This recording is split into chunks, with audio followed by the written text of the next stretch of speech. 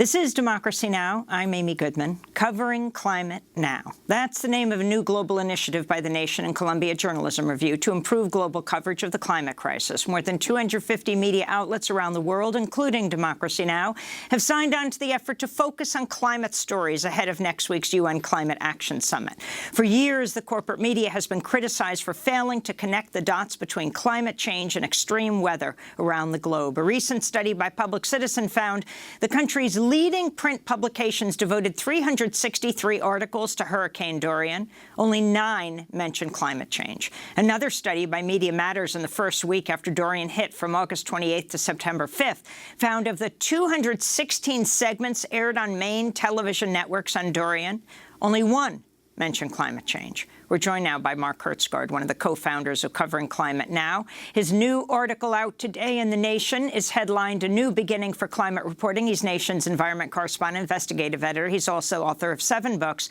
including Hot, Living Through the Next 50 Years on Earth. Mark Hertsgaard, welcome back to Democracy Now! Explain the scope of this project and what is coming out now around the world in the news media and how you put it together.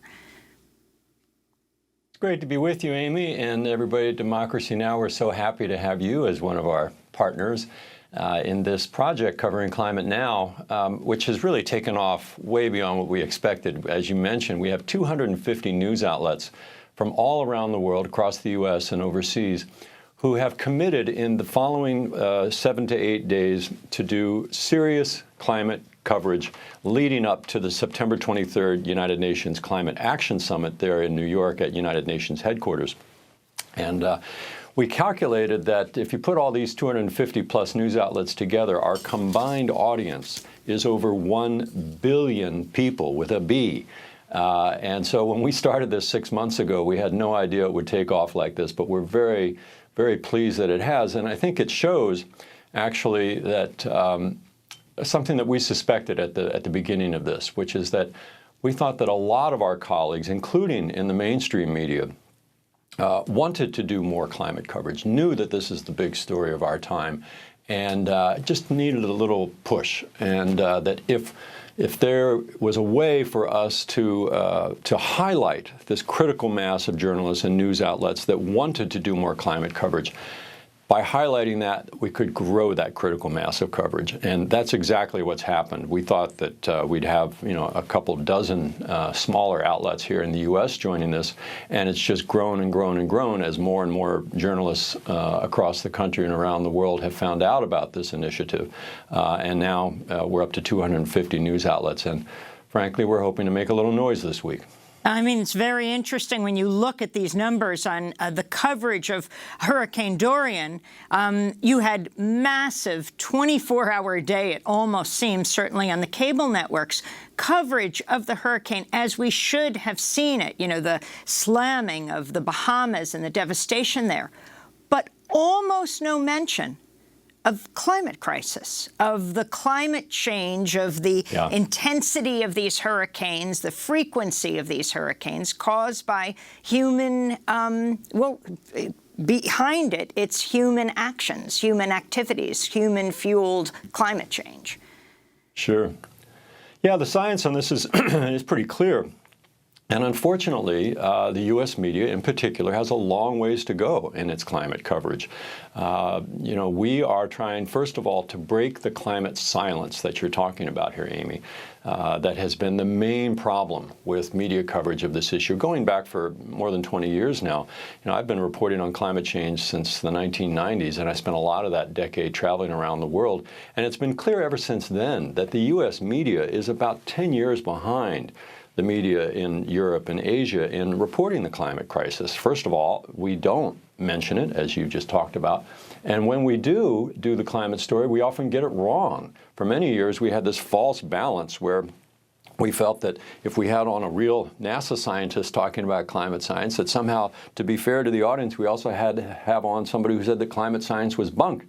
And that person was usually just a paid propagandist for the fossil fuel industry. So there is not Be careful about mentioning that the world is round, Mark, because we're going to have to bring on someone from the Flat Earth Society to counter what you say, just to give, a fair and balanced approach to it. Yeah, that has been just a disastrous point of view. And luckily, that is now fading. I think this false balance, but still we have to break the silence. And I think this week is going to help do that. This consortium of Covering Climate Now is striking in many respects in that we've got such a diversity. There's very big outlets like Bloomberg, like CBS News, like the Times of India, which alone has over 1 billion monthly unique visitors to its website. Asahi Shimbun, the biggest newspaper in Japan, La Repubblica, the biggest newspaper in Italy. And then here in the U.S., we've got the San Francisco Chronicle, the Seattle Times, the Minneapolis Star-Tribune, the Philadelphia Inquirer, most of the major public radio stations in the country. So there's a lot of participation, but also from some very small nonprofit outfits. I'm very proud to say that we've got participation from Togo, from Turkey, from Cambodia, from South Africa, from all over the world, from Portugal, Argentina, Chile. There are many of our colleagues in the media know that the climate story is something that we have been, frankly, missing for too long, and we're going to fix that. One of the first big stories out this week, the CBS News poll. Tell us what it found. Sure. We worked closely with CBS on this, and they found that essentially most Americans understand that the climate crisis is serious and they want action right now. And to me, the most interesting finding, well, there were two. One is that about 70%, 69% of the American people expect that the next president takes serious climate action. There's 56% of the public wants action right now, and another 13% want action in the next few years, meaning in the term of the incoming president. That is a very striking number that I think politicians in both parties need to be paying attention to.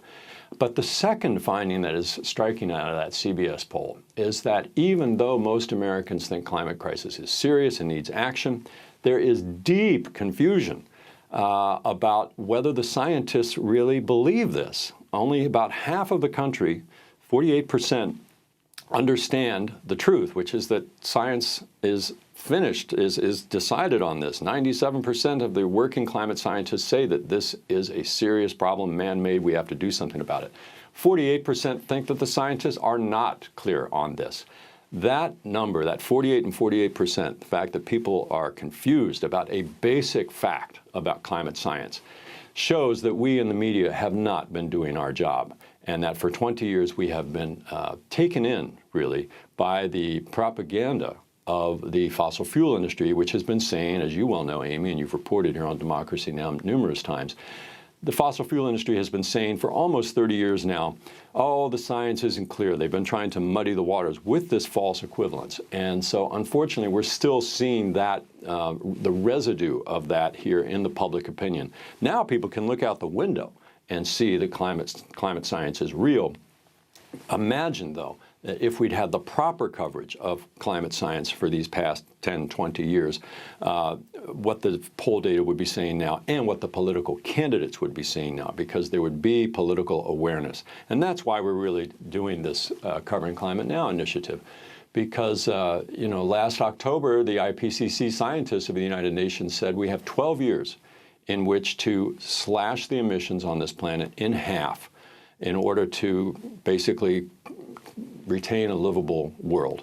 And they said, the scientists added that in order to do that, we need fundamental transformation in the economic sector, the energy sector, the transportation sector, construction, agriculture.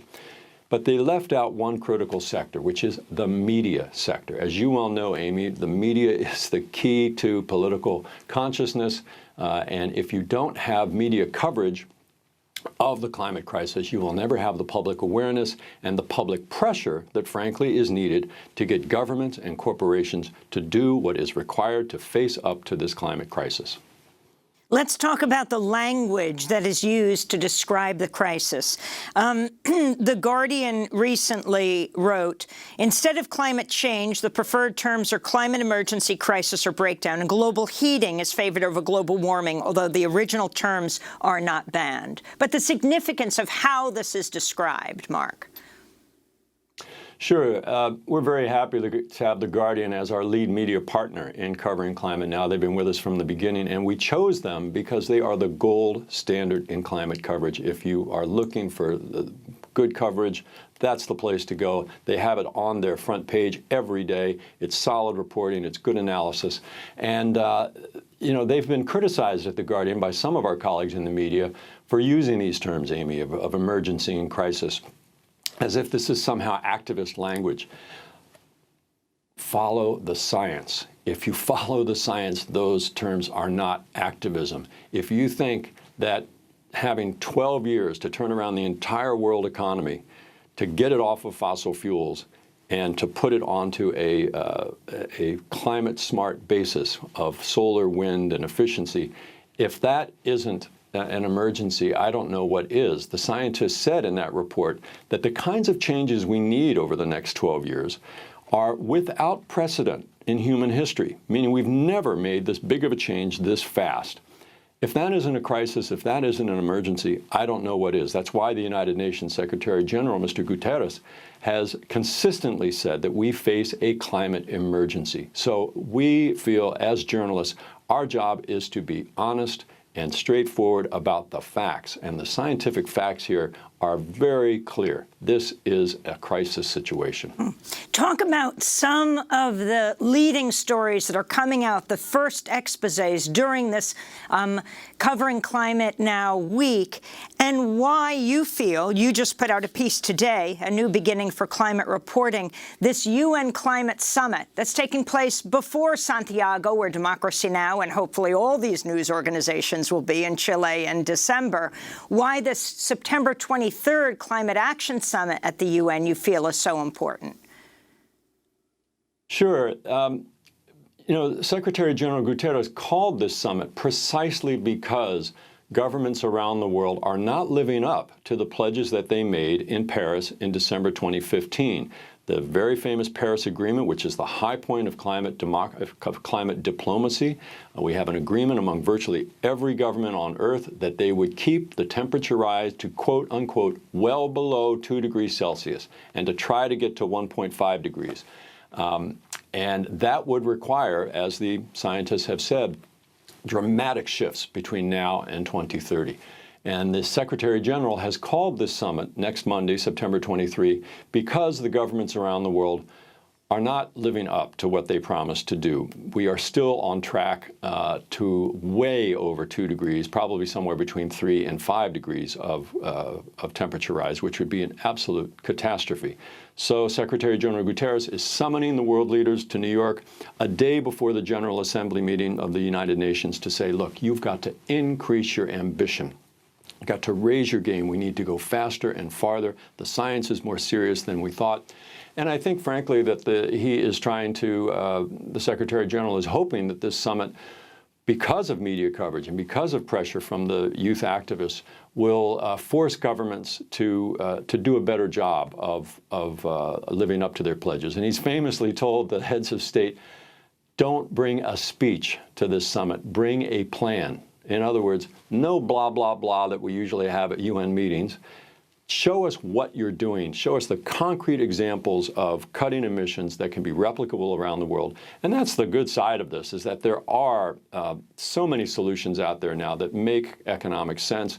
California, where I'm talking to you from right now, 5th biggest economy in the world, California is on track to meet these targets. It can be done, but it's going to take a push, and it really requires public pressure. You're speaking to us from San Francisco, Mark. As we wrap up, President Trump is expected to be out in California in these next days, doing his fundraisers, a proud climate change denier. Your message for him as he comes to San Francisco and Los Angeles? I wish that President Trump would remember that I have a daughter, he has daughters, he has presumably grandchildren as well, I think. And we owe it to them to do better than this. And I would just remind everyone that Donald Trump said that he pulled the U.S. out of the Paris Agreement. He has not. He cannot yet. That decision is for the next president. By the agreement itself, the U.S. cannot leave until one day after the 2020 presidential election. So whoever Americans elect On November 3rd, 2020, that president will make the decision about whether the U.S. stays in the Paris Agreement or not. Mark Hertsgaard, I want to thank you for being with us and for this tremendous global effort to focus on the climate crisis. Mark is the nation's environment correspondent, investigative editor, author of 7 books, including Hot, Living Through the Next 50 Years on Earth. As we continue our climate coverage through the week, tomorrow we'll spend the hour with Naomi Klein. It's publication day for her. She has a new book out. It's called On Fire, The Burning Case for a Green New Deal. This is Democracy Now! When we come back, we head north to Alaska, to President Trump's efforts to drill in the Arctic National Wildlife Refuge and what this means to the people and the environment of the area. Stay with us.